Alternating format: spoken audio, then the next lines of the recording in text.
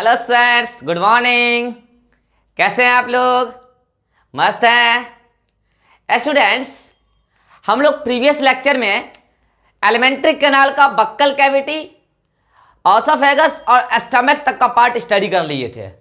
Buccal cavity मैंने detail में बता दिया था। बक्कल कैविटी का रूफ हमने पैलेट पढ़ा था, उसका फ्लोर हमने टंग पढ़ा था और उसका साइड वॉल हमने टीथ पढ़ा था। बक्कल कैविटी हमारा कंप्लीट हो गया था। इसके बाद हम ऑसोफेगस और स्टमक पढ़ रहे थे। ये सेम डायग्राम मैंने प्रीवियस लेक्चर में बताया था। एक बार मैं ब्रीफ कर देता हूं कि मैंने प्रीवियस लेक्चर में ऑसोफेगस और स्टमक के बारे में क्या बताया था।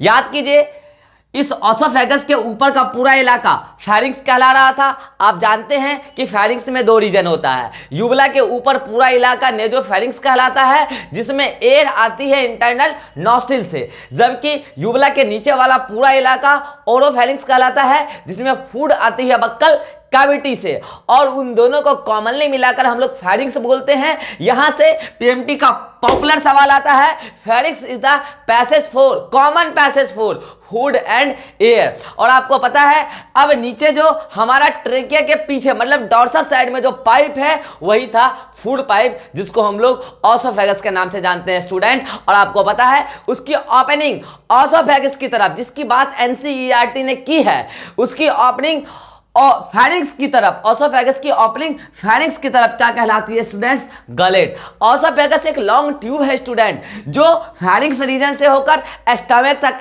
एक्सटेंड की है। और वो बीच में किसको किसको क्रॉस कर रही थी? नेक को, थॉरैक्स को, और डायफ्राम को क्रॉस करके नीचे एब्डोमिनल कैविटी में चली जाती थी। आपको पता है कि डायफ्राम के नीचे एब्डोमिनल कैविटी कहते हैं हम, और डायफ्राम के ऊपर थॉरेसिक कैविटी कहते हैं। और ये जो ऑसोफेगस पाइप था ये डायफ्राम को छेद करके नीचे चले गई और नीचे जाके ये स्टमक में कनेक्ट हो गई। ये लॉन्ग ट्यूब था, कर्व्ड नहीं होता है, स्ट्रेट होता है। पता है स्टूडेंट्स, इसकी जो आउटर लेयर होती है टूनिका एडवेंटिशिया होती है, जबकि पूरी एलिमेंट्री कैनाल की आउटर लेयर क्या कहते थे हम लोग? शिरोसा, जो हम आगे पढ़ने वाले हैं। अच्छा स्टूडेंट्स, इंपॉर्टेंट बात कि ऑसोफेगस में voluntary involuntary movement, sorry voluntary और इनवॉलंटरी मसल्स दोनों होता है। और इसमें जो मूवमेंट होता है इस मसल्स में, उसको क्या बोलते हैं हम लोग? Peristaltic movement. और इसी पेरिस्टाल्टिक मूवमेंट की वजह से वो फूड ऑसोफेगस से स्टमक की तरफ नीचे आता है। इंपॉर्टेंट बात है ऑसोफेगस के लिए कि इसमें कोई भी डाइजेस्टिव ग्लैंड नहीं होता है, इसीलिए कोई डाइजेस्टिव एंजाइम भी नहीं पाया जाता। इसीलिए ऑसोफेगस में ना तो कोई डाइजेशन होने वाला है और ना ही कोई एब्जॉर्प्शन होने वाला है। ऑसोफेगस सिंपली फूड का ट्रांसपोर्ट कर देगा टुवर्ड्स द स्टमक। ये ऑसोफेगस पढ़ लिया था हमने स्टूडेंट। बोलिए। जैसे स्टूडेंट्स, ऑसोफेगस के बाद हमने देखा था स्टमक। स्टमक के बारे में याद कीजिए स्टूडेंट, मैंने आपको बताया था स्टमक जे शेप्ड ऑर्गन होता है। हमारा जो डायफ्राम था, डायफ्राम के नीचे हमारा कौन सा कैविटी होता है स्टूडेंट्स? Abdominal cavity.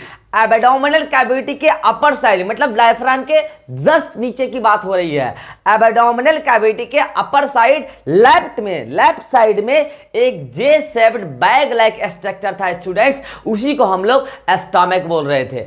और पता है आपको, स्टमक का 4 पार्ट होता है। याद कीजिए, स्टमक का वो पार्ट जो ऑसोफेगस के करीब होता है वो कार्डियक कहलाता है स्टूडेंट्स, और स्टमक का वो पार्ट जो डिओडेनम के करीब होता है स्टूडेंट, वो पाइलोरिक कहलाता है। और कार्डियक के नीचे फंडिक रीजन होता है, फंडस बोलते हैं हम लोग उसको। और जो मेन पार्ट बड़ा सा है वो है बॉडी। पता है स्टूडेंट्स, ये जो कार्डियक रीजन है स्टमक की, वो जो ऑसोफेगस में ओपन होती है, उस ओपनिंग को हम लोग बोलते हैं कार्डियक ऑरिफिस स्टूडेंट। और उसमें जो स्फिंक्टर होती है उसको हम लोग बोल रहे थे कार्डियक स्फिंक्टर। और याद कीजिए, हमारी एनसीईआरटी उसको बोलती है गैस्ट्रो ऑसोफेजियल स्फिंक्टर। गैस्ट्रो मतलब स्टमक, ऑसोफेजियल मतलब ऑसोफेगस, मतलब ये स्फिंक्टर कार्डियक स्फिंक्टर का ही दूसरा नाम है। वो रेगुलेट करेगा कि कितना फूड ऑसोफेगस से स्टमक में आएगी। और ये जो ओपनिंग थी जहां पर से pyloric region of stomach duodenum में खुल रहा था, उस ओपनिंग को हम लोग पाइलोरिक ऑरिफिस बोल रहे थे स्टूडेंट। और जो उसमें स्फिंक्टर थी उसको हम लोग बोल रहे थे पाइलोरिक स्फिंक्टर। और पता है स्टूडेंट्स, ये जो पूरे स्टमक है ये बाहर से कवर्ड जो होती है visceral peritoneum. Peritoneum visceral organ की कवरिंग होती है, लेकिन जब पेरिटोनियम के साथ फैट और लिम्फ टिश्यू का डिपोजिशन हो जाता है स्टूडेंट, तो हम लोग उसको स्पेशल नाम दिए थे ओमेंटम। क्योंकि स्टमक जे शेप्ड ऑर्गन है तो इसमें दो कर्वेचर बन गई है। जो लेफ्ट साइड कर्वेचर बना है स्टूडेंट वो बड़ा कर्वेचर है, वो ग्रेटर कर्वेचर कहलाता है, और जो राइट साइड कर्वेचर बना है स्टूडेंट वो स्मॉलर कर्वेचर है, छोटा कर्वेचर है, उसको हम लोग लेसर कर्वेचर बोलेंगे या स्मॉलर कर्वेचर बोलेंगे। और आप गौर कीजिए कि इन दोनों कर्वेचर के बाहर से ओमेंटम का डिपोजिशन है। यह स्टमक के बाहर वाली की बात हुई। अब मैं अगर अंदर की तरफ की बात करूं तो ये देखिए जो ब्लू कलर की सेल्स मतलब टिश्यू सेल्स के ग्रुप टिश्यू ने लाइन कर रखा है, हमने उसका नाम दिया था स्टूडेंट गैस्ट्रिक एपिथेलियम। स्टूडेंट आज जो हम पढ़ने जा रहे हैं गैस्ट्रिक एपिथेलियम मॉडिफाई हो जाती है और बनाती है गैस्ट्रिक ग्लैंड। आज जो हम पढ़ेंगे गैस्ट्रिक ग्लैंड के एक एक सेल्स का नाम जानेंगे और वो क्या सिक्रीट करती है इसके बारे में जानेंगे स्टूडेंट्स। और आपको पता है एक बात, स्टमक एम्प्टी स्टमक के अंदर यही गैस्ट्रिक एपिथेलियम क्या करती है, अंदर की तरफ इन्वेजिनेट हो जाती है और बनाती है गैस्ट्रिक रगी।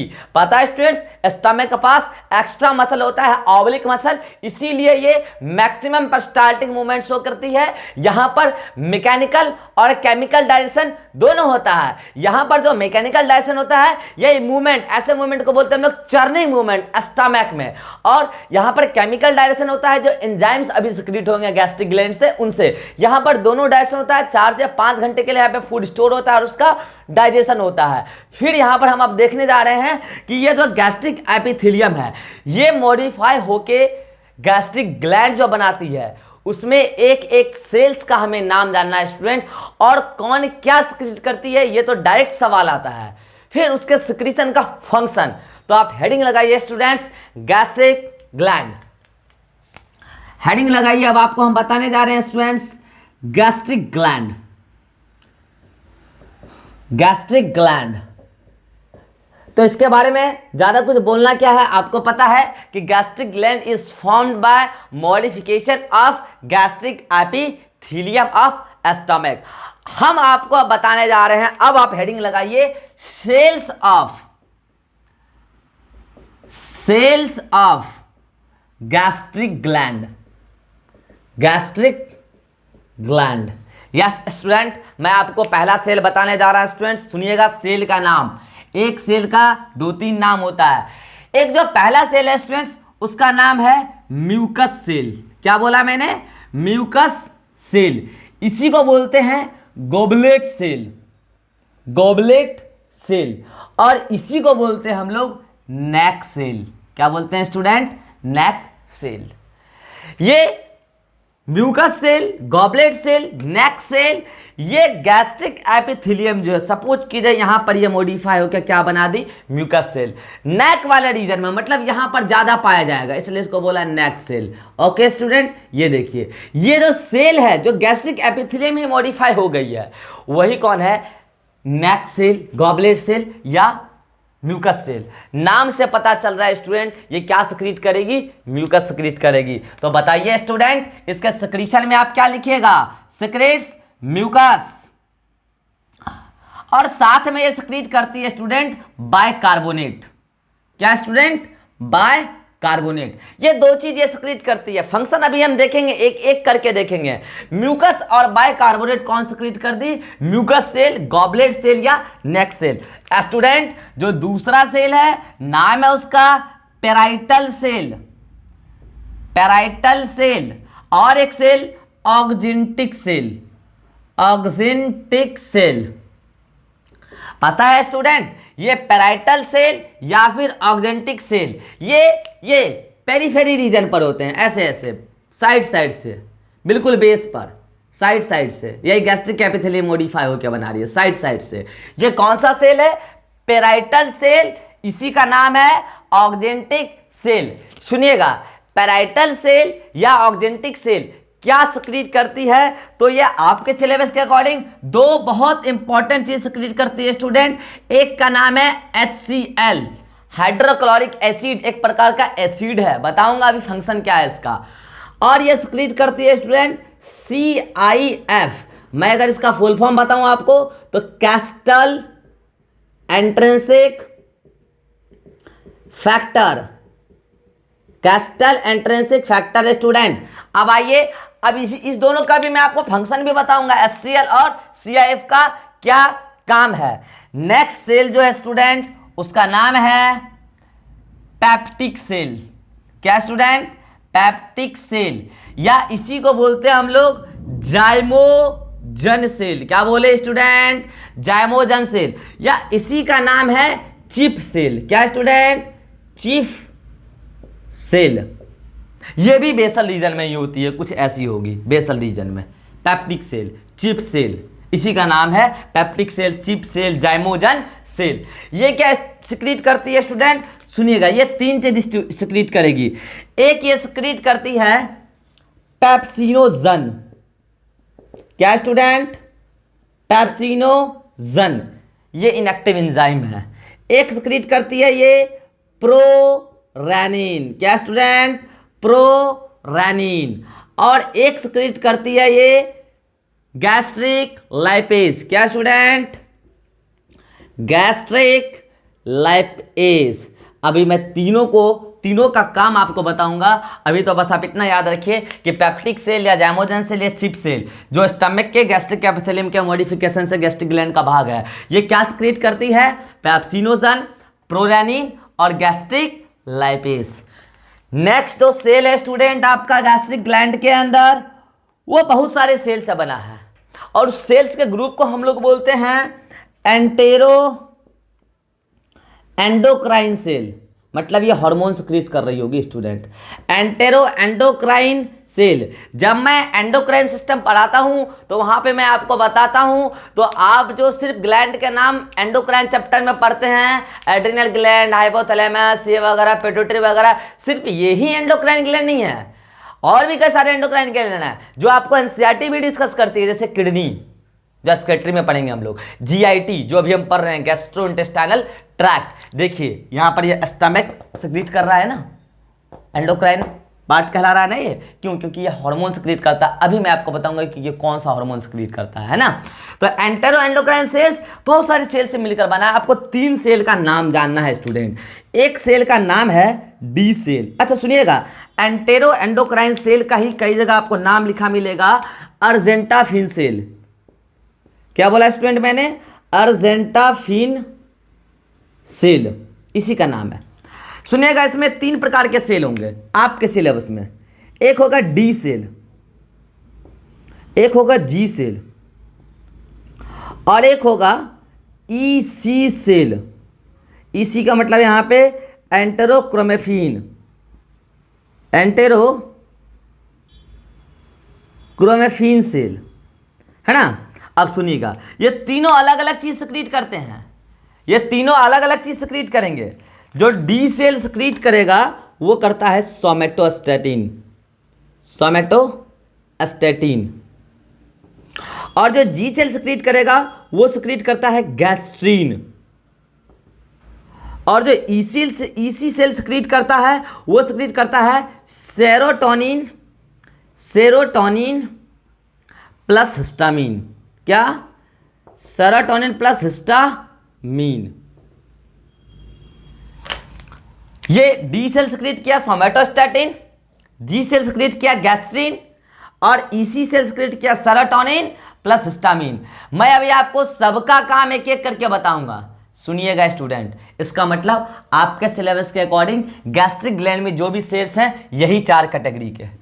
एक हो गया म्यूकस सेल, उसी का नाम गॉबलेट सेल या उसी का नाम नेक सेल। एक हो गया पैराइटल या ऑजेंटिक सेल, एक हो गया पेप्टिक सेल या जाइमोजन सेल या चिप सेल, और एक हो गया एंटेरो एंडोक्राइन सेल या अर्जेंटाफिन सेल। म्यूकस सेल क्या सिक्रीट करती है? नाम से पता चल रहा है कि म्यूकस और बाइकार्बोनेट सिक्रीट करेगी स्टूडेंट। और पैराइटल सेल क्या सिक्रीट करेगी? या पैराइटल या ऑजेंटिक सेल क्या सिक्रीट करेगी? HCl और कैस्टल इंट्रिंसिक फैक्टर सिक्रीट करेगी स्टूडेंट। और पेप्टिक सेल क्या सिक्रीट करेगी? वो सिक्रीट करेगी पेप्सिनोजन, प्रोरेनिन और गैस्ट्रिक लाइपेज। और एंटेरो एंडोक्राइन या अर्जेंटाफिन सेल में जो D सेल है वो क्या सिक्रीट करेगी? सोमेटोस्टैटिन। G सेल सिक्रीट करेगी गैस्ट्रिन और EC सेल सिक्रीट करेगी सेरोटोनिन प्लस हिस्टामिन। स्टूडेंट, ये पूरा part mucus, bicarbonate, HCl, CIF, pepsinogen prorennin, gastric lipase, और ये सब मिलाकर, यही सब मिलाकर क्या बनाता है स्टूडेंट? Gastric juice.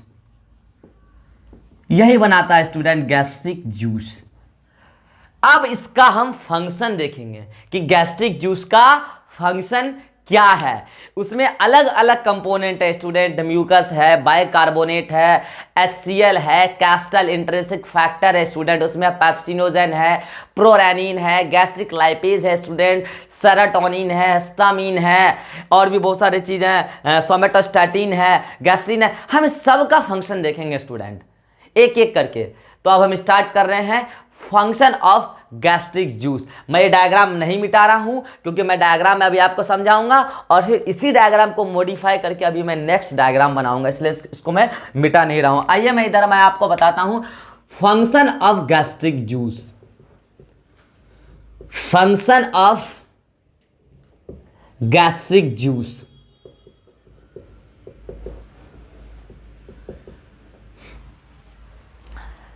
सुनिएगा, अब जो मैं आपको ये जितना भी बताया या फिर जितना भी फंक्शन बताऊंगा, इसका डिटेल एक्सप्लेनेशन नोट्स में लिखा हुआ है।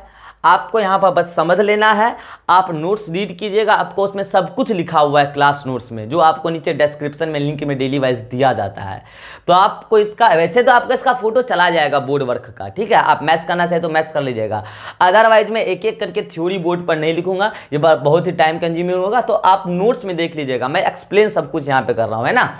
तो आइए, गैस्ट्रिक जूस में स्टूडेंट आप ही बताइए पहला कंपोनेंट कौन है? Mucus and bicarbonate. आइए मैं उन दोनों को एक साथ एक्सप्लेन करता हूं। Mucus plus bicarbonate. सुनिएगा स्टूडेंट, म्यूकस और बाइकार्बोनेट ये दोनों कैसा होता है स्टूडेंट? बेसिक नेचर का। कैसा स्टूडेंट? बेसिक नेचर का। क्या फंक्शन है स्टूडेंट? उससे पहले मैं आपको एक डाउट क्रिएट कराता हूं आपके मन में। ये पैराइटल सेल या ऑक्जेंटिक सेल क्या सिक्रीट कर रही है? HCl, acid. एसिड सिक्रीट कर रही है स्टूडेंट, वो भी पेट के अंदर है। आपका पेट जल नहीं रहा, गल नहीं रहा है। ये देखिए आपके पेट के अंदर का ही सेल है यार, स्टमक के अंदर का सेल है ये पैराइटल सेल। क्या सिक्रीट कर रही है? HCl, एसिड है ये, एसिड। फिर भी आपका पेट नहीं जल रहा, नहीं गल रहा है, कोई घाव नहीं हो रहा उसमें, जबकि एसिड डेली सिक्रीट हो रहा है। फंक्शन म्यूकस और बाइकार्बोनेट का ये बेसिक नेचर का होता है स्टूडेंट। और वो जो बेसिक नेचर का म्यूकस और बाइकार्बोनेट है, वो क्या करती है? इस स्टमक की जो गैस्ट्रिक एपिथेलियम है, इसके बाहर बाहर एक लेयर बना देती है म्यूकस और बाइकार्बोनेट का। इसके बाहर बाहर एक लेयर बना देती है। अब बताइए, वो HCl जली इसके अंदर आ भी गया, आएगा जब सिक्रीट करेगा ऑक्जेंटिक सेल या पैराइटल सेल, आ भी गया तो वो HCl इसका क्या बिगाड़ लेगा? गैस्ट्रिक एपिथेलियम का, क्योंकि बाहर से तो म्यूकस लगा हुआ है, लेयर है उसका पूरा, बाइकार्बोनेट है। वो क्या करेगी?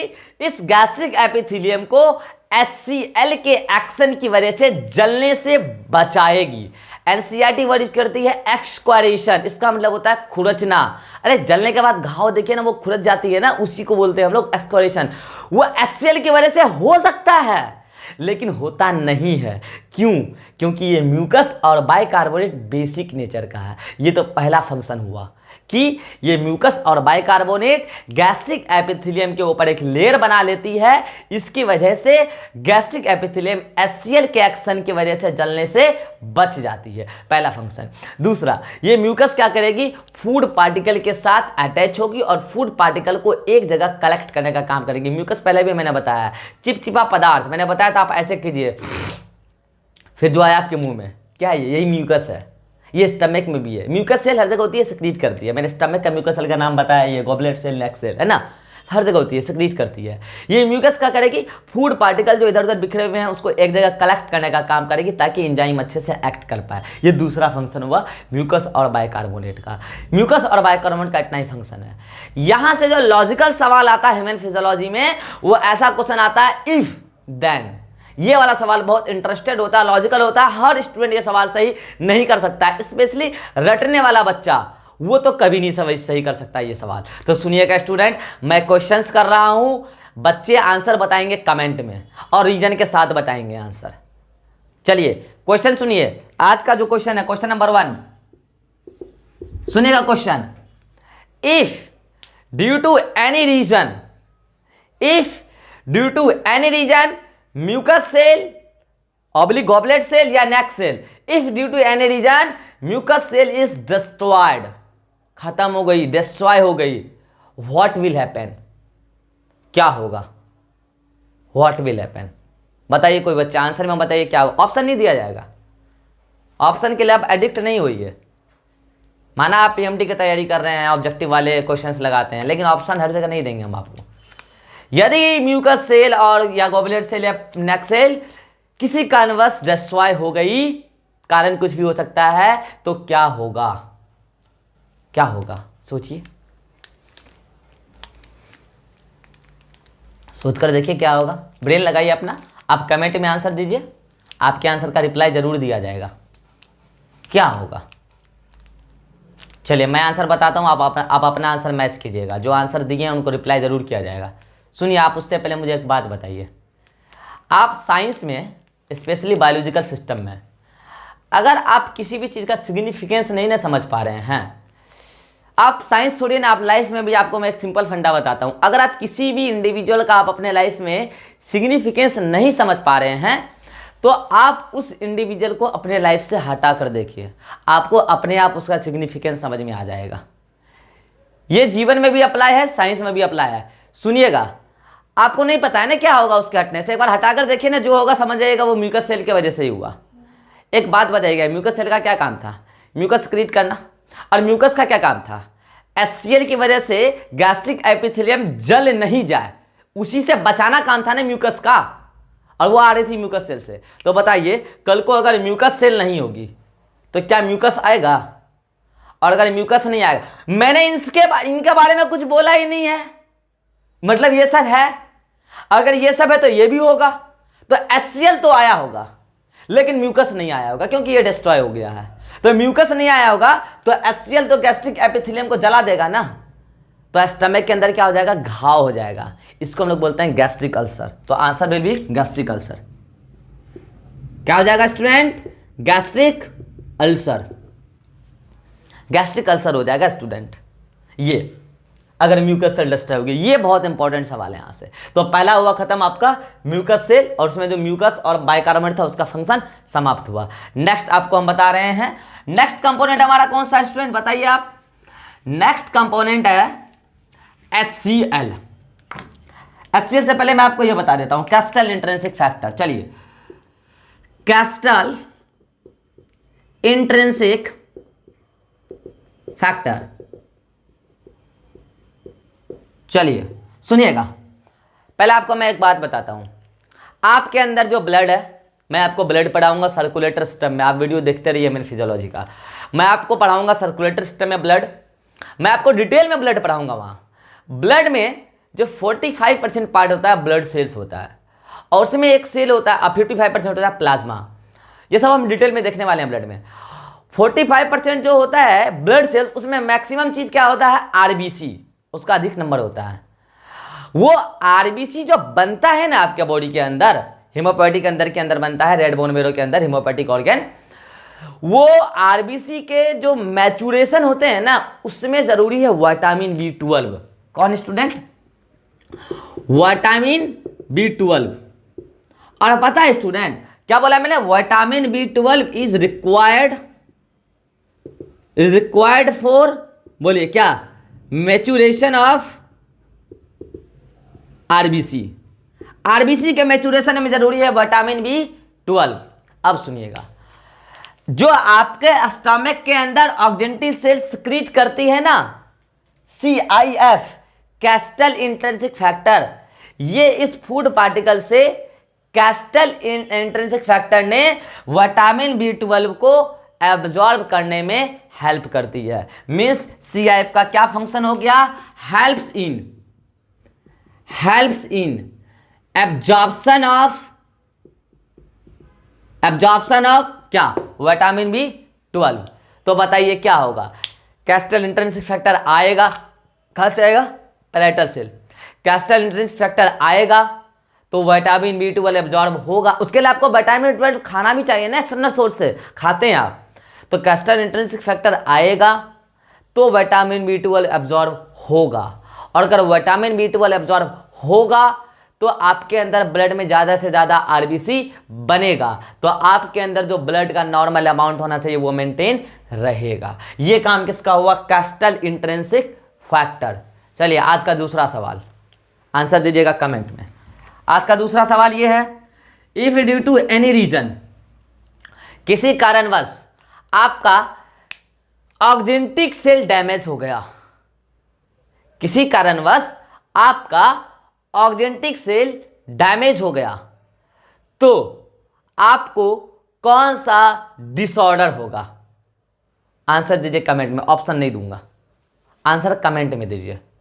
यदि आपका किसी कारणवश ऑक्जेंटिक सेल डैमेज हो गया तो आपको कौन सा डिसऑर्डर होगा? आंसर दीजिए कमेंट में। आप आंसर दीजिए कमेंट में, ब्रेन लगाइए अपना। जो भी बच्चे आंसर देंगे उनको रिप्लाई जरूर करेंगे हम। आंसर दीजिए तब हम समझेंगे आप हमसे जुड़े हुए हैं। अगर आपको समझ में आ रहा है तो आंसर आप जरूर दीजिए। चलिए अब मैं बता रहा हूँ आंसर, आप अपना आंसर मैच कीजिएगा। सुनिए ना, ऑक्जेंटिक सेल डैमेज हुआ, क्या काम था उसका? HCl शेप दोनों क्रिएट करता है, ये तो बाद में देख लेंगे, अभी मैंने आपके डिसऑर्डर्स की बात करी है। अगर ऑक्जेंटिक सेल नहीं आएगा तो CIF नहीं आएगा, ऑक्जेंटिक सेल नहीं है तो CIF नहीं आएगा ना। अगर CIF नहीं आएगा मतलब कैस्टल इंट्रिंसिक फैक्टर नहीं आएगा, तो आप कितना भी विटामिन B12 खा लीजिए लेकिन उसका एब्जॉर्प्शन होगा आपके बॉडी के अंदर। एब्जॉर्प्शन याद कीजिए, डाइजेस्टिव का पहला लेक्चर में बताया था। एब्जॉर्प्शन का मतलब क्या होता है? डाइजेस्टेड फूड मटेरियल का एलिमेंट्री कैनाल से बगल वाले ब्लड कैपिलरी ब्लड वेसल्स में चले जाना, ये एब्जॉर्प्शन होता है ना, वहां से पूरे बॉडी के सेल को आपको मिलेगा। लेकिन ये एब्जॉर्प्शन जो विटामिन B12 का होता है वो कौन कराता है? CIF अब आएगा ही नहीं क्योंकि ऑक्जेंटिक सेल हो गया डैमेज।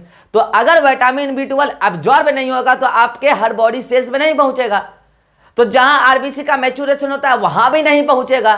तो बताइए आरबीसी का मैच्योरेशन हो पाएगा? नहीं ना। तो अगर आरबीसी का मैच्योरेशन नहीं होगा तो आरबीसी नहीं बनेगा, और आरबीसी आपको पता है आपके ब्लड सेल्स का मैक्सिमम पोर्शन तो आरबीसी ही है, और ब्लड में ब्लड सेल्स 45% होता है। तो अगर आरबीसी नहीं बनेगा तो बताइए आपका ब्लड कम बनने लगेगा, आपके ब्लड का अमाउंट घट जाएगा ना। इस डिसऑर्डर को कहते हैं एनीमिया। क्या बोलते हैं स्टूडेंट्स? एनीमिया। और अगर एनीमिया ऑक्जेंटिक सेल के डैमेज होने की वजह से हुआ है तो ऐसे एनीमिया को हम लोग बोलते हैं पर्नीशियस एनीमिया। क्या बोलते हैं स्टूडेंट? Pernicious anaemia. तो answer will be pernicious anaemia. क्यों? क्योंकि अगर ऑक्जेंटिक सेल डैमेज हो गया तो CIF नहीं आएगा, और अगर CIF नहीं आएगा तो विटामिन B12 एब्जॉर्ब नहीं होगा, तो आरबीसी का मैच्योरेशन नहीं होगा, तो आरबीसी कम बनेगा, ब्लड कम बनेगा। ऐसे डिसऑर्डर को बोलेंगे हम लोग पर्नीशियस एनीमिया। चलिए अगला कौन सा कंपोनेंट है? HCl। मैं मिटाते जा रहा हूं, ये सब बात आपको नोट्स में लिखा मिल जाएगा स्टूडेंट। अगला कंपोनेंट क्या है स्टूडेंट? HCl।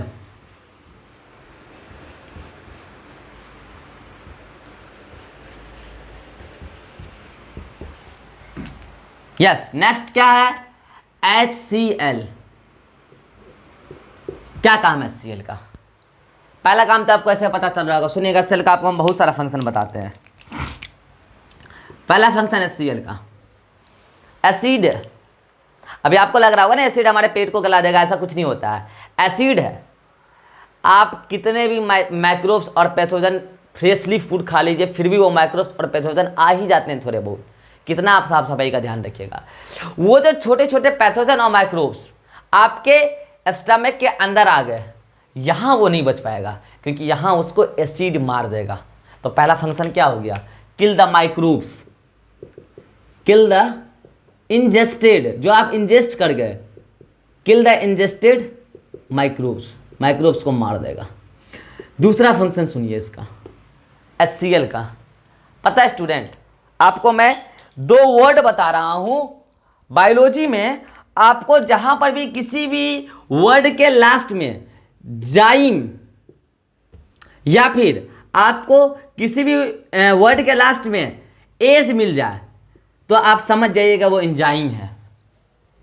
कहीं पे भी आपको काइटिन एज एंजाइम है, प्रोटीएज एंजाइम है, लाइपेज एंजाइम है। जहां पे भी आपको लास्ट में लाइसोजाइम मतलब एंजाइम है, यह बात। दूसरा, आपको जब किसी भी एंजाइम के आगे प्रो लगा हुआ दिख जाए, क्या बोला मैंने, एंजाइम के नाम के आगे प्रो लगा दिख जाए, या फिर पीछे एंजाइम के नाम के पीछे जन लगा दिख जाए, तो आप कहेंगे वो एंजाइम इनएक्टिव है, वो इनएक्टिव एंजाइम है। फॉर एग्जाम्पल यहां पर आप देखिए प्रोरेनिन, देखा यहां आगे प्रो लगा है, मतलब ये इनएक्टिव एंजाइम है। यहां पर जन पेप्सिनोजन जन लगा है, मतलब ये भी इनएक्टिव एंजाइम है।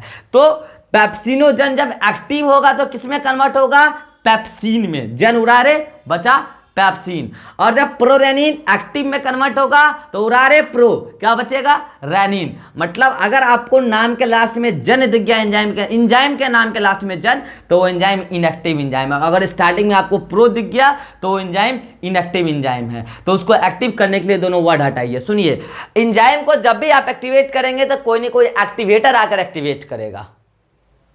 ये दोनों जो एंजाइम आपको अभी मैंने बताया ना, प्रोरेनिन और पेप्सिनोजन, ये गैस्ट्रिक जूस का इनएक्टिव एंजाइम है।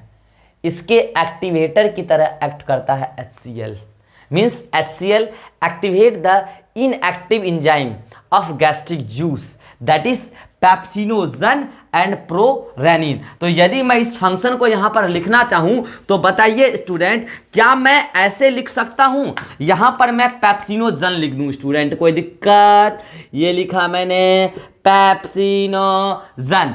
स्टूडेंट मैं यहां पर एरो लगा रहा हूं और मैं इसको कन्वर्ट करा रहा हूं स्टूडेंट पेप्सिन में।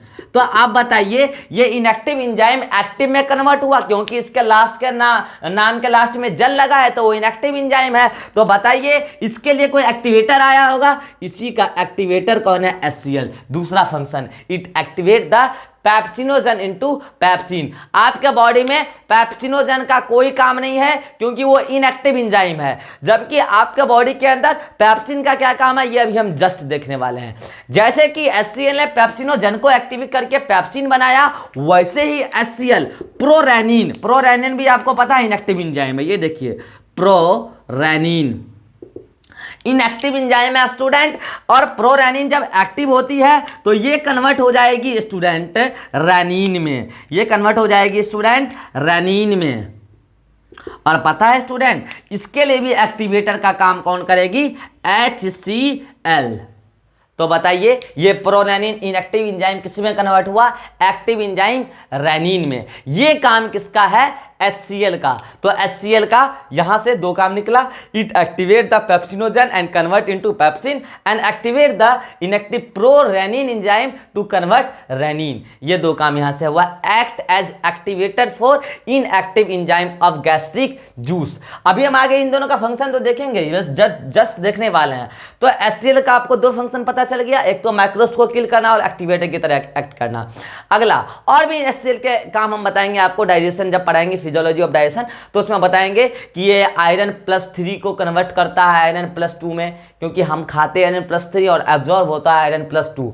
और बताएंगे सलाइवा को इनएक्टिव करता है क्योंकि सलाइवा स्लाइटली एसिडिक या नियरली न्यूट्रल मीडियम में काम करता है, जबकि HCl हाईली एसिडिक मीडियम बना देता है स्टमक में। तो स्टमक के अंदर सलाइवा एक्ट नहीं कर सकता। ये काम आपको हम फिजियोलॉजी ऑफ डाइजेशन में फिर से बताएंगे। तो ये सारे काम किसके हो गए, HCl के। तो अब तक मैंने किसका किसका फंक्शन पढ़ लिया है, तो अब तक मैंने म्यूकस, बाइकार्बोनेट, HCl और CIF का फंक्शन पढ़ लिया है। चलिए अब आपको हम नेक्स्ट बताने जा रहे हैं ये पेप्टिक सेल जो सिक्रीट करेगी। आइए इधर ही बताते हैं आपको हम।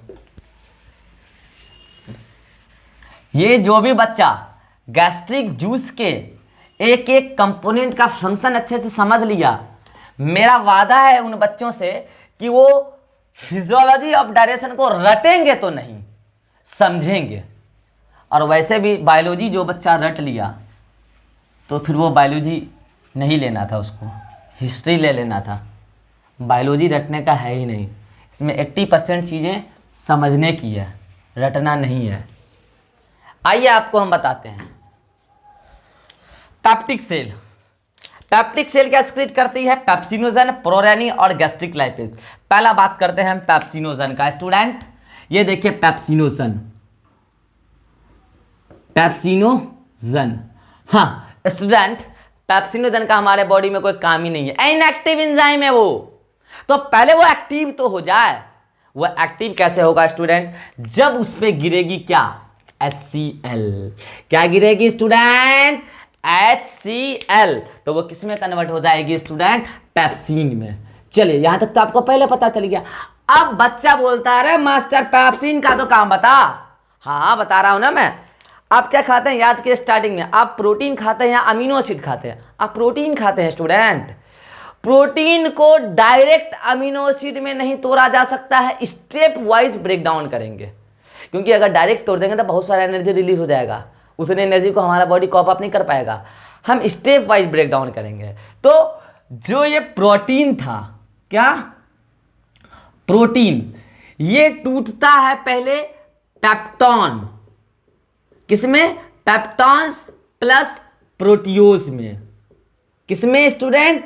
पेप्टॉन्स प्लस प्रोटियोज में। मतलब प्रोटीन का ब्रेकडाउन हुआ। यही फंक्शन है पेप्सिन का। समझ में आया स्टूडेंट? यही फंक्शन किसका है? पेप्सिन का। बताइए ये सारा कार्यक्रम कहाँ चल रहा होगा? स्टमक के अंदर। तो आप इस तीर के नीचे भी pH अप्रॉक्सीमेटली 2 लिख सकते हैं कि नहीं लिख सकते हैं? बताइए ना, कोई दिक्कत? यहां पर भी आप pH अप्रॉक्सीमेटली 2 लिख सकते हैं या नहीं लिख सकते हैं? कोई दिक्कत? बताइए। तो ये क्या हो गया आपका? पेप्सिनोजन कन्वर्ट हुआ पेप्सिन में। ये तो HCl का काम हुआ। तो पेप्सिन का फंक्शन क्या हुआ? It breaks the protein into peptones and proteoses. इसके आगे क्या होगा वो तो आगे आपको पता चलेगा। यहां पर आपको पेप्सिन का फंक्शन बता रहा हूं मैं, वो क्लियर हो गया। Means pepsin act as proteolytic enzyme, protein को तोड़ने वाले एंजाइम की तरह एक्ट कर रहा है। यह काम हुआ पेप्सिन का। चलिए ये किसका 14 नंबर था। अगला 5वां, ये क्या है? प्रोरेनिन। तो आपको पता है कि प्रोरेनिन का तो एज सच कोई फंक्शन है ही नहीं, प्रोरेनिन, क्योंकि ये क्या है? इनएक्टिव एंजाइम है। तो भाई साहब पहले प्रोरेनिन रेनिन में तो बदल जाए, कौन करेगा ये काम? HCl। pH अप्रॉक्सीमेटली 2 के आसपास, क्योंकि ये भी काम कहाँ चल रहा है स्टूडेंट? स्टमक के अंदर। तो प्रोरेनिन किस में कन्वर्ट हुआ होगा स्टूडेंट? रेनिन में। अब बच्चा बोलता है, अरे मास्टर रेनिन का काम बता। तब से ये रिएक्शन लिखा जा रहा है, रेनिन का काम बता मास्टर। तो सुन, ये रेनिन का क्या काम है? छोटा बच्चा, मैमल्स में बात कर रहा हूं मैं, जो छोटा बच्चा दूध पीता है, उसके दूध में जो प्रोटीन होता है कैसीन प्रोटीन होता है स्टूडेंट। क्या होता है? Casein protein. ये देखिए मिल्क प्रोटीन,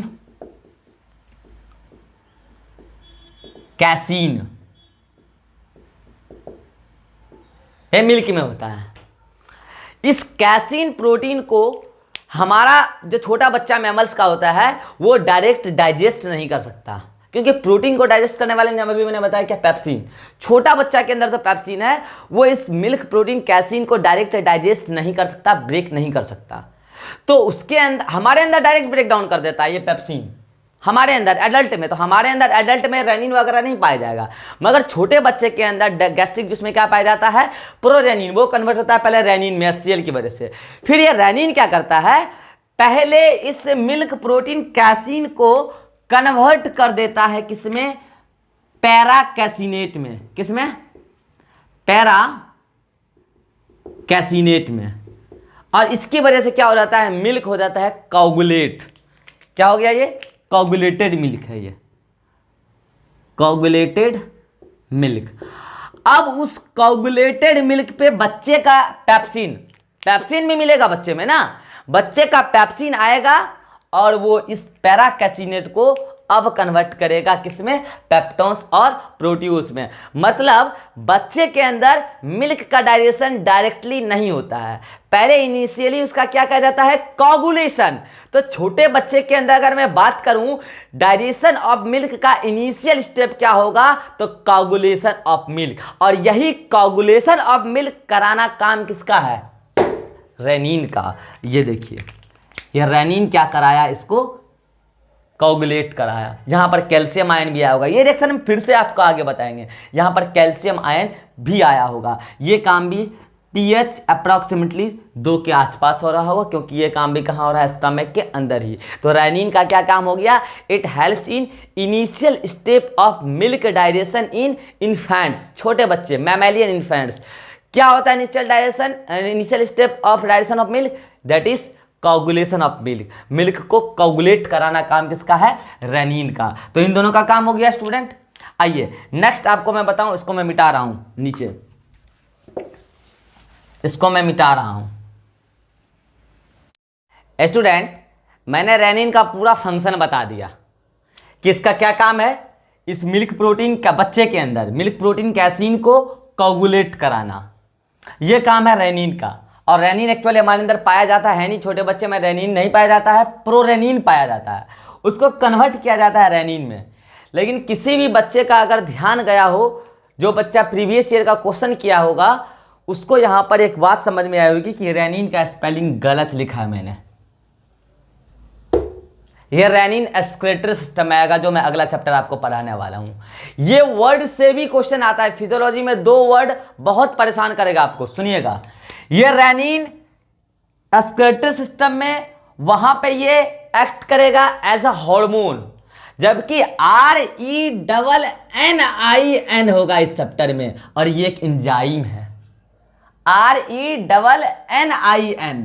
तो आप स्पेलिंग को विशेष ध्यान देंगे, इसीलिए मैंने स्टार्टिंग से गलत लिख के लास्ट में सही किया, ताकि आपका ध्यान स्पेशली जाए। यहां पर रेनिन है, ये RENNIN रेनिन। ये क्या है, एंजाइम है। आप लिख लीजिए कॉपी के छत पे ऐसे, RENNIN रेनिन। ये एक प्रकार का एंजाइम है जो कहाँ मिलेगा, डाइजेस्टिव सिस्टम में।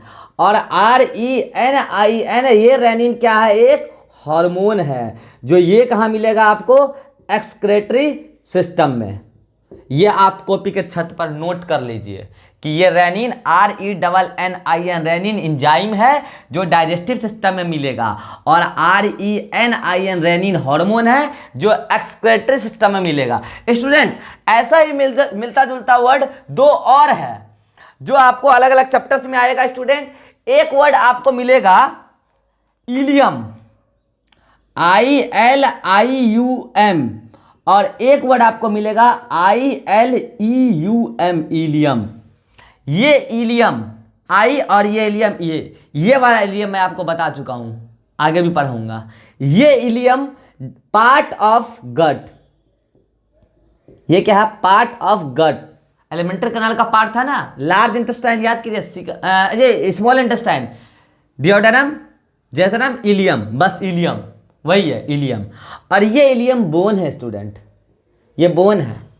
तो यहाँ पर आई है और यहाँ पर आपको मैं एक ट्रिक देता हूँ। देखिए एनसीईआरटी में पहले क्या दिया है, डाइजेस्टिव सिस्टम। तो ई और आई में पहले क्या आता है, ई पहले आता है ना, ई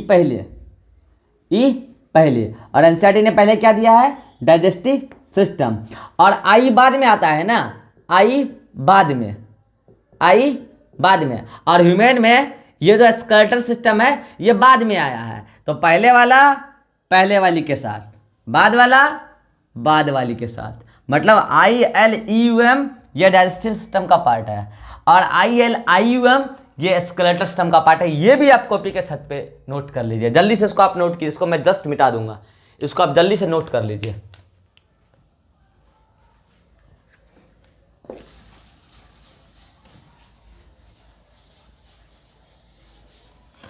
यस स्टूडेंट, अब मैं आपको आगे नेक्स्ट बात कर रहा हूं। प्रोरेनिन की बात हो गई, नेक्स्ट क्या है स्टूडेंट, नेक्स्ट है गैस्ट्रिक लाइपेज। इसको बताने से पहले, गैस्ट्रिक लाइपेज, इसको बताने से पहले मैं स्टूडेंट आपको एक वर्ड बता रहा हूं। उस वर्ड को बताने से पहले एक बात बता रहा हूं आपको। देखिए ये कोई बड़ा ड्रॉपलेट है, ठीक है, ड्रॉप है, उसका ये पूरा क्या हुआ, सरफेस एरिया हुआ ना। जब ये ड्रॉपलेट 4 छोटे छोटे ड्रॉपलेट में कन्वर्ट हो गया, मानिए, है ना, बहुत छोटा नहीं, इसी साइज में, इसी ड्रॉपलेट से 4 ड्रॉपलेट बन गया, है ना। तो बताइए, कोई भी स्टूडेंट कमेंट करके बताइए, यहाँ सरफेस एरिया बढ़ गया कि घट गया। मैं बात कर रहा हूं टोटल सरफेस एरिया की, टोटल सरफेस एरिया बढ़ गया कि घट गया। तो सुनिएगा, फिजिक्स मत लगा दीजिएगा, यहां पर सरफेस एरिया बढ़ गया, क्योंकि पहले सिर्फ इसी ड्रॉपलेट के सरफेस एरिया की बात हो रही थी। तो इसको आप जोड़िए, वैल्यू आएगा x मान लीजिए, और अब आप सारे को जोड़िए, इसका वैल्यू आएगा मान लीजिए y, इसका मान लीजिए इसका आ गया a, इसका b, इसका c, इसका d। आप a b c d को जब जोड़िएगा तो a b c d का मिला के जो वैल्यू मान लीजिए y आएगा, तो y का वैल्यू x से अधिक आएगा। समझ में आया? मतलब कहने का मतलब है, जब बड़ा ड्रॉपलेट छोटे ड्रॉपलेट में टूटता है तो सरफेस एरिया बढ़ जाता है। हमारे चैप्टर में कहाँ यूज होगा ये? हम अपने चैप्टर में जो फैट्स पढ़ते हैं, फैट ड्रॉपलेट के फॉर्म में पाया जाता है। तो जो बड़े बड़े फैट ड्रॉपलेट होते हैं उस पर एंजाइम अच्छे से एक्ट नहीं कर पाएगा, क्योंकि उतना सरफेस एरिया नहीं ना है। सरफेस एरिया जहां होगा वहीं पर एंजाइम आके बाइंड करेगा, एक्ट करेगा। तो पहले बड़े बड़े फैट ड्रॉपलेट को छोटे छोटे फैट ड्रॉपलेट में कन्वर्ट किया जाता है, और ये प्रोसेस कहलाता है इमल्सिफिकेशन। क्या स्टूडेंट? इमल्सिफिकेशन। इमल्सिफिकेशन का मतलब conversion of large droplet of fat into small droplet of fat, this is emulsification. अगर छोटे छोटे ड्रॉपलेट में कन्वर्ट हो जाएगा तो जो एंजाइम फैट को डाइजेस्ट करने वाले होंगे वो प्रॉपरली इस ड्रॉपलेट पर एक्ट कर पाएंगे। तो ये प्रोसेस कहलाएगा इमल्सिफिकेशन, और ये जो स्मॉल ड्रॉपलेट होगा ये क्या कहलाएगा? Emulsified fat. ये बात आप हमेशा ध्यान रखिएगा फैट के केस में। चलिए आगे आपको हम बता रहे हैं, ये हुआ इमल्सिफिकेशन, अलग से बताया क्योंकि आपको ये इमल्सिफाइड हमेशा परेशान करेगा। चलिए अब आपको हम बता रहे हैं कि इस गैस्ट्रिक लाइपेज का काम क्या है। सुनिएगा, 1% इमल्सिफाइड फैट। अब आप समझ गए होंगे इमल्सिफाइड फैट क्या होता है। इमल्सिफाइड फैट कितना? 1%, जितना आप खाए उसका 1%। इमल्सिफाइड फैट पर एक्ट करता है ये आपका गैस्ट्रिक लाइपेज, और उस फैट को कन्वर्ट कर देता है फैटी एसिड प्लस ग्लिसरॉल में। किसमें? फैटी एसिड और ग्लिसरॉल में। ये काम किसका हो गया? गैस्ट्रिक लाइपेज का स्टूडेंट। तो ये आपका जो तीन एंजाइम था, पेप्सिन, रेनिन और गैस्ट्रिक लाइपेज, नाम से पता चल रहा है कि एंजाइम है। इस सब का क्या काम हो गया? अलग अलग काम है। पेप्सिन का काम है प्रोटीन को पेप्टोन्स और प्रोटीओज में तोड़ना, और रेनिन का क्या काम है? मिल्क प्रोटीन कैसीन को कैसिनेट पैरा कैसिनेट में कन्वर्ट करना, तो मिल्क का कोगुलेशन हो जाता है छोटे बच्चे के अंदर, मैमेलियन इन्फेंट्स में। और गैस्ट्रिक लाइपेज का क्या काम है? इमल्सिफाइड फैट 1%, सारा नहीं, मात्र 1% इस समय के अंदर इमल्सिफाइड फैट को फैटी एसिड और ग्लिसरॉल में कन्वर्ट कर देना। बताइए यहाँ पे भी आप पीएच अप्रोक्सीमेटली 2 लिखेंगे ना, स्टोमक के अंदर ये काम चल रहा है। बताइए सही है? ये इसको आप जो बच्चा समझ गया। अब मैं क्वेश्चन दे रहा हूं। आज का क्वेश्चन हमारा, शायद हम क्वेश्चन नंबर 2 तक आपसे पूछ चुके थे। चलिए क्वेश्चन नंबर 3 दे रहे हैं आपको, क्वेश्चन नंबर 4 और क्वेश्चन नंबर 5। चलिए सब बच्चा अपना अपना आंसर दीजिएगा, है ना। देखिए मैं यहां पर कुछ कुछ उड़ा रहा हूं और फिर मैं आपसे पूछूंगा कि आपको उसका वैल्यू बताना है ना। सबका अलग अलग बताइएगा, ठीक है? सबका अलग अलग बताइएगा आप, ऐसा नहीं खिचड़ी मत पका दीजिएगा, ठीक?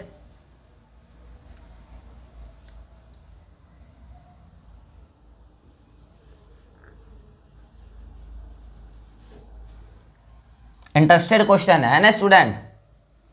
इंटरेस्टेड क्वेश्चन है जो मैं बोर्ड पर अब लिख रहा हूं। आपको इसमें क्वेश्चन का आंसर कमेंट में देना है। चलिए क्वेश्चन नंबर 3, इसमें मैं इस तीर के ऊपर लिख रहा हूं x, ठीक है, और मैं pH इज इक्वल टू लिख रहा हूं y। तो आपको क्वेश्चन नंबर 3 के लिए x और y का वैल्यू बताना है। बताइए आप कमेंट में। नेक्स्ट क्वेश्चन है क्वेश्चन नंबर 4। यहां पर क्या है? ये प्रोरेनिन पर HCl गिरा और pH 2 के आसपास मेरे काम हुआ। तो ये x में कन्वर्ट हुआ, तो आपको x का वैल्यू बताना है क्वेश्चन नंबर 4 के लिए, x क्या होगा। उसके बाद question number 6, sorry question number 5, ये क्वेश्चन नंबर 5 वो रिएक्शन 6 था। यहां पर क्या हुआ है, इमल्सिफाइड फैट पर गैस्ट्रिक लाइपेज एक्ट किया है pH 10 अप्रॉक्सीमेटली 2 पर, तो ये x प्लस वाई कंपोनेंट में कन्वर्ट हो गया। तो आपको क्वेश्चन नंबर 5 के लिए x एंड y का वैल्यू बताना है। चलिए बताइए, कमेंट में बताइए, बस पूरा रिएक्शन मत लिख के मत बताइएगा, आपको टफ लगेगा। आप बस ऐसे आंसर दीजिए, क्वेश्चन नंबर 3 लिख दीजिए और उसमें आप x का वैल्यू और y का वैल्यू बताइए, और आप क्वेश्चन नंबर 4 में x का वैल्यू बताइए, और क्वेश्चन नंबर 5 में आप x और y का वैल्यू बताइए। चलिए दिमाग लगाइए, अपना ब्रेन लगाइए, बताइए रिएक्शन का आंसर क्या होगा।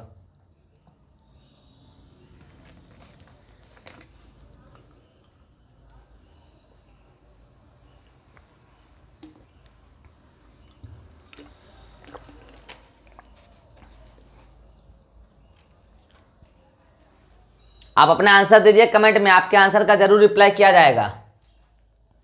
चलिए मैं आंसर बताता हूं, आप अपना आंसर मैच कीजिएगा, बाकी आपके आंसर का रिप्लाई भी किया जाएगा। चलिए क्वेश्चन नंबर 3 क्या बोल रहा है भाई साहब, पेप्सिनोजेन कन्वर्ट हुआ है पेप्सिन में, ये काम तो सिर्फ HCl ही करा सकता है, और तीर के ऊपर लिखा है x, तो बताइए x की जगह क्या हो जाएगा, HCl, बराबर। आइए ये पूछ रहा है कि कितने pH पर ये रिएक्शन हुआ होगा, तो आप ही बताइए, जहां HCl है तो वहां pH क्या 7 हो सकता है क्या, 14 हो सकता है क्या, आपको पता है ना कि 2 के आसपास ही होगा, तो pH 2 के आसपास, तो y का वैल्यू क्या हो गया 2। ये हुआ क्वेश्चन नंबर 3 का आंसर, ठीक है। आइए क्वेश्चन नंबर 4 में बोल रहा है कि प्रोरेनिन पर जब HCl गिरा तो pH 2 पर ये रिएक्शन चला, तो वो किसमें कन्वर्ट हुआ, और जिसमें कन्वर्ट हुआ वो मिल्क प्रोटीन कैसिनेट को जमा देता है, पैरा कैसिनेट बना देता है। तो आपको तो पता है ना कि ये काम कौन कराता है, रेनिन ना, और जब प्रोरेनिन पर HCl गिरेगा तो रेनिन में ही कन्वर्ट होगा, तो आंसर क्या हो जाएगा यहाँ पे, x का वैल्यू रेनिन हो जाएगा। क्वेश्चन नंबर 4 का आंसर हुआ। आइए क्वेश्चन नंबर 5 पर, क्वेश्चन नंबर 5 में क्या बोल रहा है रिएक्शन कि इमल्सिफाइड फैट था, उस पर गिरा gastric lipase, as as as lipid पर गिरने वाला एंजाइम। आपको पता है कि लिपिड मतलब फैट, फैट जब टूटता है तो फैटी एसिड और ग्लिसरॉल मिलता है। तो बताइए स्टूडेंट, आप x का वैल्यू क्या बताइएगा, फैटी एसिड, फैटी एसिड, और y का वैल्यू क्या बताइएगा स्टूडेंट्स आप, ग्लिसरॉल, क्या बताइएगा, ग्लिसरॉल। अगर कल को आपको यहां पर Z दे दे तो बताइए स्टूडेंट Z का क्या वैल्यू होगा, बताइए। क्वेश्चन नंबर 5 के लिए Z का भी वैल्यू बताइए, क्वेश्चन नंबर 5 में Z का वैल्यू आप बताइए। चूंकि ये रिएक्शन नो डाउट कि इमल्सिफाइड फैट कन्वर्ट हुआ है फैटी एसिड और ग्लिसरॉल में, ये रिएक्शन गैस्ट्रिक लाइपेज एंजाइम के प्रेजेंस में हुआ है, और गैस्ट्रिक लाइपेज ये काम स्टमक के अंदर ही करता है, क्योंकि वो मिलता ही गैस्ट्रिक लाइपेज स्टमक के अंदर है। तो स्टमक के अंदर का pH कितना होता है, 2 के आसपास ना, तो Z का वैल्यू कितना हो जाएगा, 2 के आसपास। बोलिए, तीनों एंजाइम का फंक्शन क्लियर है, और उससे सवाल कैसे आ सकता है आपके सामने है। ये हुआ आपको PMT में टफेस्ट सवाल जो लेवल आपको बना सकता है, मैंने आपको करके दिखाया। आप आंसर दिए होंगे तो मैं आपके आंसर का रिप्लाई जरूर करूंगा, इसलिए आप आंसर जरूर दिया कीजिए अगर आप वीडियो रेगुलरली देख रहे हैं तो। चलिए नेक्स्ट फंक्शन आपको हम बता रहे हैं, जो लास्ट सेल था हमारा एंटेरो एंडोक्राइन सेल या अर्जेंटाफिन सेल। इसमें डी सेल था, जी सेल था, ईसी सेल था और एंटेरोक्रोमेफिन सेल था। आइए इस सेल के एक एक करके हम सबके फंक्शन समझें। मैं इसको मिटा रहा हूं, इसको जो बच्चे नोट करना चाहते होंगे XYZ को आप नोट कर लीजिएगा, मैं इधर वाला मिटा रहा हूं।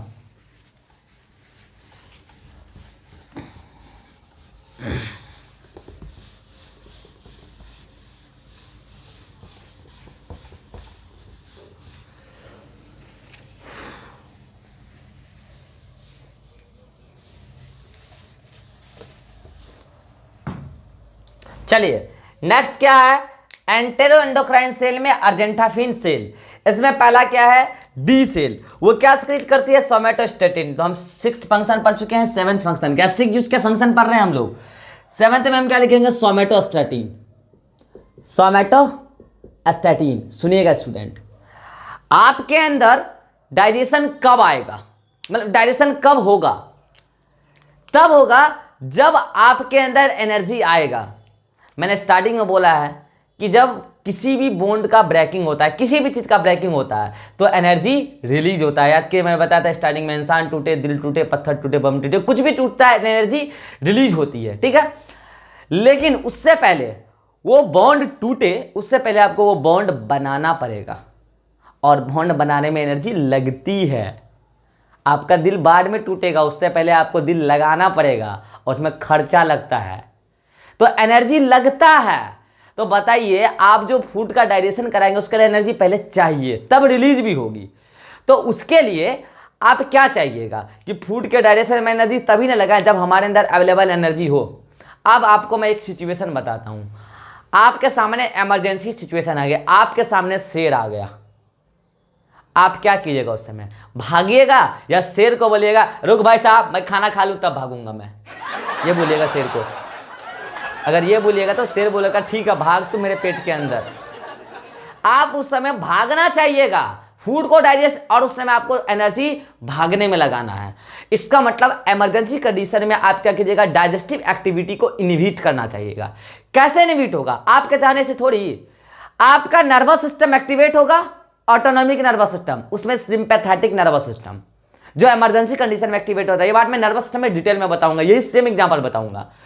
उस समय सिंपैथेटिक नर्वस सिस्टम आपके डाइजेस्टिव हार्मोन के सिक्रीशन को सप्रेस करा देगा, और यह काम कौन कराएगा? सोमेटोस्टैटिन। इसका मतलब इमरजेंसी कंडीशन में सोमेटोस्टैटिन आएगा भाई साहब, और आपके अंदर डाइजेस्टिव हार्मोन को ही रुकवा देगा। एक बार पता है, आप सोच रहे सर ये बीच में कौन चीज आ गया डाइजेस्टिव हार्मोन? आपके अंदर जितना भी डाइजेस्टिव इंजाइम्स है, जो गैस्ट्रिक जूस में अभी मैंने कुछ कुछ देखे, ये तभी रिलीज होंगे जब उसको सिग्नल मिलेगा डाइजेस्टिव हार्मोन से। जब तक डाइजेस्टिव हार्मोन नहीं आएगा तब तक डाइजेस्टिव जूस नहीं सिक्रीट होगा, डाइजेस्टिव एंजाइम नहीं सिक्रीट होगा, और डाइजेस्टिव हार्मोन तब आएगा जब आपके पास अवेलेबल एनर्जी हो फूड को डाइजेस्ट करने के लिए। फूड डाइजेस्ट होगा तो फिर और एनर्जी रिलीज होगा, नो डाउट। तो इमरजेंसी कंडीशन में आपको एनर्जी कंजर्व करना है भागने के लिए, भागने में एनर्जी लगाना है। तो उस time serotonin suppresses the secretion of digestive hormone। Digestive hormone ही नहीं आएगा तो डाइजेस्टिव एंजाइम भी नहीं आएगा, डाइजेशन नहीं होगा, हम वो एनर्जी भागने में लगा देंगे। ये काम हुआ सेरोटोनिन का। अगला क्या है स्टूडेंट? गैस्ट्रीन। 8 गैस्ट्रीन खुद एक डाइजेस्टिव हार्मोन है। अभी मैंने जिसकी बात की डाइजेस्टिव हार्मोन, ये खुद एक प्रकार का डाइजेस्टिव हार्मोन है। यही वो हार्मोन है गैस्ट्रीन जो हर सेल को बोलता है भाई साहब सिक्रीट करो क्या डाइजेस्टिव जूस। ये गैस्ट्रीन किस ग्लैंड को बोलेगा? गैस्ट्रिक ग्लैंड को। डाइजेस्टिव ग्लैंड में बहुत सारे आपको मैंने बताया, लीवर वगैरह है, गॉल ब्लैडर, पैनक्रियाज। ये गैस्ट्रीन हार्मोन गैस्ट्रिक ग्लैंड को, जो स्टमक के अंदर अभी आपने देखे थे, गैस्ट्रिक ग्लैंड में कौन कौन सेल्स?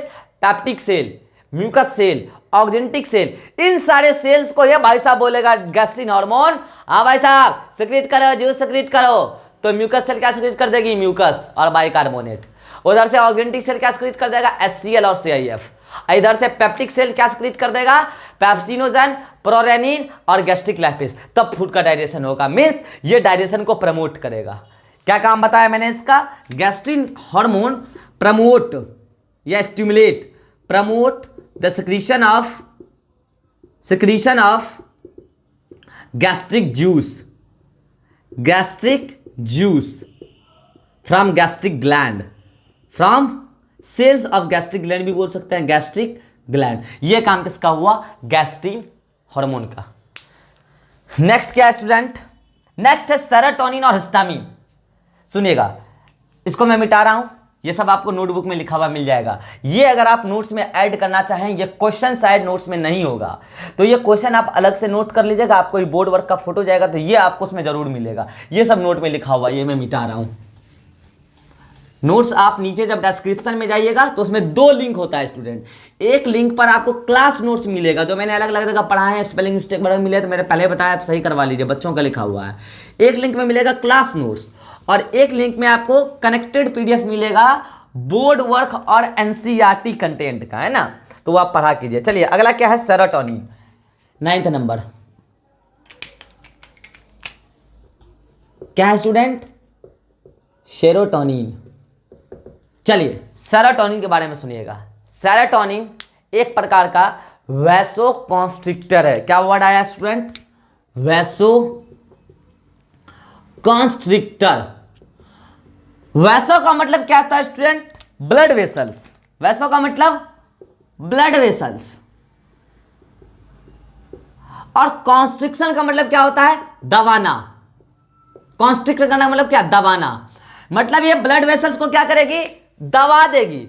बताइए ब्लड वेसल्स को दबा देगा तो उसके अंदर जो ब्लड फ्लो कर रहा है उसका स्पीड बढ़ जाएगा या घट जाएगा, बढ़ जाएगा, और ब्लड प्रेशर भी बढ़ जाएगा। इसका मतलब सेरोटोनिन क्या करेगा, ब्लड वेसल्स को दबाकर, इसलिए तो उसको बोला एक्ट एज वेसोकॉन्स्ट्रिक्टर, ब्लड वेसल्स को दबाकर बीपी बढ़ा देगी। तो आप खुद बताइए, इमरजेंसी कंडीशन जब आपके सामने शेर आया उस टाइम आपके बॉडी का बीपी बढ़ना चाहिए, ब्लड फ्लो का रेट बढ़ना चाहिए या घटना चाहिए, बताइए आंसर में।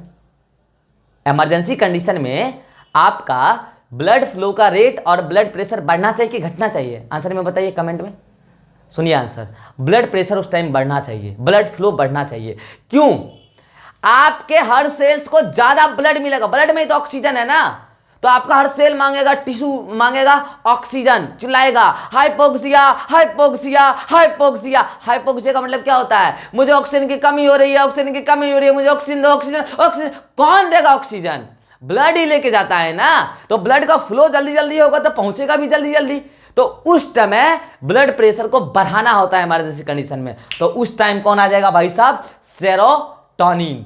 और सेरोटोनिन आकर क्या करेगा, ब्लड वेसल्स को इंस्टेंटली दबा देगा, तो बीपी बढ़ जाएगा। अगर बीपी बढ़ जाएगा तो क्या होगा, उस समय हमारा ब्लड प्रेशर, ब्लड फ्लो वगैरह बढ़ जाएगा, तो इमरजेंसी कंडीशन में हमारे हर सेल्स को, टिश्यू को ऑक्सीजन ज़्यादा मिल पाएगा। ये काम हुआ एक्ट एज वेसोकॉन्स्ट्रिक्टर। और इसका एक और काम है, हमारे एलिमेंट्री कैनाल में जो स्मूथ मसल्स है, जो हम कल के लेक्चर में देखेंगे, परसों के लेक्चर में, स्मूथ मसल्स में ये कॉन्ट्रैक्शन स्टिमुलेट करता है, वो जो पेरिस्टाल्टिक मोमेंट मैंने बताया। मतलब it also act, is also stimulate contraction in smooth muscles. Smooth muscle में कॉन्ट्रैक्शन को भी ये स्टिमुलेट करता है स्टूडेंट, कौन, सेरोटोनिन। लास्ट हमारा क्या बचा है, हिस्टामिन। सुनिए, हिस्टामिन सेरोटोनिन के जस्ट अपोजिट होता है। ये लीजिए 10th नंबर में क्या है, हिस्टामिन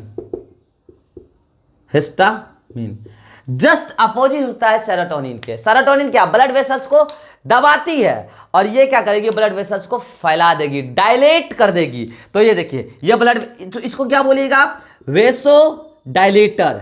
क्या बोलिएगा इसको आप, वेसो डायलेटर। ये देखिए, ये ब्लड वेसल्स है, ये ब्लड वेसल्स अगर अभी ऐसे इसको डायलेट कर दिया जाए एकदम, और डायमीटर उसका बढ़ जाए, तो बताइए ब्लड फ्लो स्लो हो जाएगा, रेट और फास्ट हो जाएगा, स्लो हो जाएगा ना। और ब्लड प्रेशर भी, ब्लड प्रेशर क्या है, जो ब्लड फ्लो कर रही है, जो वॉल पर प्रेशर लगा रहा है वही प्रेशर नहीं, ब्लड प्रेशर, तो ब्लड प्रेशर भी घट जाएगी, क्योंकि वहां पर डायमीटर बढ़ गया है। तो क्या होगा, ब्लड के फ्लो का रेट भी घट जाएगा। ऐसा कब होगा, जब हम नॉर्मल कंडीशन में हो, नॉन इमरजेंसी कंडीशन में हो, तो उस time histamine act as वेसो dilator, blood vessels को डायलेट कर देगा। तो ये सारे फंक्शन मैंने 10 के 10 कंपोनेंट थे आपके गैस्ट्रिक जूस में, सारे कंपोनेंट के मैंने फंक्शन बताया, और यही सारा फंक्शन किसका है स्टूडेंट, गैस्ट्रिक जूस का है स्टूडेंट। तो मैंने फिर से बता देता हूं गैस्ट्रिक जूस में क्या क्या था, याद कीजिए। पहला नंबर था आपका म्यूकस बाइकार्बोनेट, मैंने एक साथ बताया, म्यूकस एंड बाइकार्बोनेट। फिर बताया मैंने HCl, फिर बताया मैंने स्टार्टिंग से बता रहे हैं, म्यूकस बाइकार्बोनेट, फिर बताया मैंने कैस्टल इंट्रिंसिक फैक्टर, फिर मैंने बताया आपको HCl, फिर बताया पेप्सिनोजन, फिर बताया प्रोरेनिन, फिर बताया गैस्ट्रिक लाइपेस, और फिर बताया सोमेटोस्टैटिन जो कि सप्रेस करता है डाइजेस्टिव एक्टिविटी को, हार्मोन को नहीं आने देता है, फिर बताया गैस्ट्रिन, फिर सेरोटोनिन, फिर हिस्टामिन। 10 के 10 कंपोनेंट के आपको मैंने फंक्शन बता दिए स्टूडेंट, और यही सब मिलके क्या बनता है, गैस्ट्रिक जूस। तो गैस्ट्रिक जूस का फंक्शन मैंने बता दिया। जो बच्चा आज के लेक्चर को सीरियसली सुना होगा वो नोट्स का पढ़ ले। आज के कंटेंट से एनसीईआरटी में बहुत कम कुछ दिया हुआ है, शायद ही होगा, मैं देख लूँगा, होगा तो भेज दूंगा। लेकिन आज का लेक्चर मेरे ख्याल से सबसे इंपॉर्टेंट लेक्चर है, सबसे इंपॉर्टेंट लेक्चर था आज का। तो आज के लेक्चर को आप अच्छे से समझ कर, अगर कोई डाउट हो तो आप पूछ लीजिएगा, ठीक है? आप कमेंट में बोलिएगा, मैं आपको बता दूंगा। तो अगर कोई डाउट हो आप पूछ लीजिएगा। आज के लेक्चर को आप समझते हुए देखिए, कुछ भी रखने का नहीं था इसमें। आज के लेक्चर में मुझे इस ग्लैंड्स का रिलेशन भी बताना था, वो मैं नेक्स्ट लेक्चर में बताऊंगा। नेक्स्ट लेक्चर में हम लोग जो पढ़ने वाले हैं, याद कीजिए, आपको मैं बताया था एसेसरी डाइजेस्टिव ग्लैंड, उसमें एक हम पढ़ चुके हैं सलाइवरी ग्लैंड, जो बक्कल कैविटी के जस्ट बाहर था। 3 और पढ़ना था हमको, लीवर, गॉल ब्लैडर और पैनक्रियास। तो ये तीनों जो हैं, liver, gall bladder and pancreas, इसका रिलेशन मतलब लोकेशन डाइजेस्टिव ट्रैक्ट मतलब एलिमेंट्री कैनाल के साथ कैसे है, इसको मैं डायग्रामेटिकली कल रिप्रेजेंट करूंगा, और ऐसे रिप्रेजेंट करूंगा, आपको फील करा दूंगा मैं वीडियो लेक्चर्स में भी। क्लास में तो करा ही देता हूं, वीडियो लेक्चर में भी आपको मैं फील करा दूंगा कि आपका लीवर कहां पर है, आपका गॉल ब्लैडर कहां पे है, आपका पैनक्रियास कहां है, आपको मैं उसका डक्ट फील करा दूंगा, आप छू कर महसूस कर लेंगे ऐसे हवा में। तो नेक्स्ट लेक्चर आप देखना ना भूलें। मैं नेक्स्ट लेक्चर में पहले बताऊंगा आपको ये जितने ग्लैंड्स हैं, इनका रिलेशन कैसे, इनका कनेक्शन कैसे है डाइजेस्टिव ट्रैक्ट के साथ।